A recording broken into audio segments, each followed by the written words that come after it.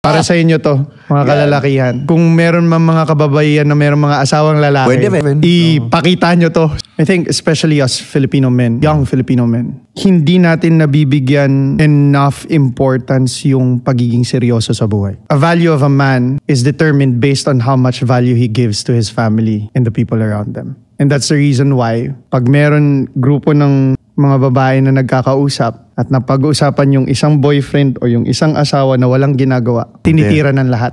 So tayo bilang lalaki, wala kang choice. Kailangan mo mag-provide.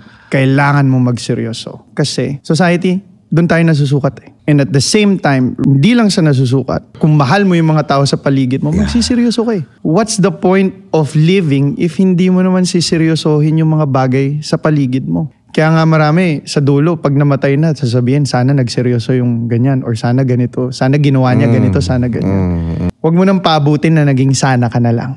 Kailangan mo magseryoso. So bilang lalaki, kailangan mo mag-provide, kailangan mo mag-add ng value. Does it mean you toil under the sun and magpaalipin? No, that's not what I mean. I'm just saying magseryoso ka. Kung palagi kang TikTok ng TikTok, kung ano nung pinapanood mo, mga sumasayaw na babae, ganyan, anong value na add mo sa sarili mo? May cellphone ka nga ngayon, puro nakaubad naman tinitingnan mo. Kung may cellphone ka ngayon, sugal ka naman ng sugal. Yung mga may-ari ng sugal, yun yung mayaman, hindi ikaw. Kung gusto mong sumugal, sumugal ka sa sarili mo. Grind. Work on yourself. Learn a new skill. Focus on that new skill. And let me tell you, 1, 2, 3, even 10 years, maabot mo yan.